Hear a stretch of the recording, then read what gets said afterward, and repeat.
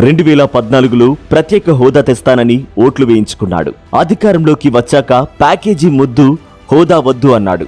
Special assistance for that I accepted. పేదవాడికి పనికిరాని రాజధాని పేరిట కాలయాపన చేశాడు. నమ్మి ఓటు వేసిన ప్రజలను నట్టేట ముంచాడు. ఆంధ్రప్రదేశ్కి తీరని అన్యాయం చేశాడు. అందుకే 2019లో 23 సీట్లకే పరిమితం చేసి ఇంట్లో కూర్చోబెట్టారు. ఆ తర్వాత ప్రజల ఆశీస్సులతో అధికారంలోకి వచ్చిన జగన్మోహన్ రెడ్డి గారు ప్రజల ఆకాంక్షలను నెరవేర్చి పాలన అందించారు. అటు సంక్షేమం, ఇటు అభివృద్ధిని 2 కళ్లుగా పాలన చేస్తున్నారు. ఈ 5 ఏళ్లలో బడుగు బలహీన వర్గాలకు ఎంతో చేశారు. ఇంకా చేయాల్సింది చాలా ఉంది. ఆంధ్రప్రదేశ్ ని విడగొట్టి కాంగ్రెస్ అన్యాయం చేస్తే అలాంటి పార్టీతో జతకట్టి చంద్రబాబు ప్రజలకు తీరని ద్రోహం చేస్తున్నాడు. మనకు జరిగిన ఈ అన్యాయానికి వ్యతిరేకంగా జగనన్న పెద్ద యుద్ధమే చేస్తున్నారు.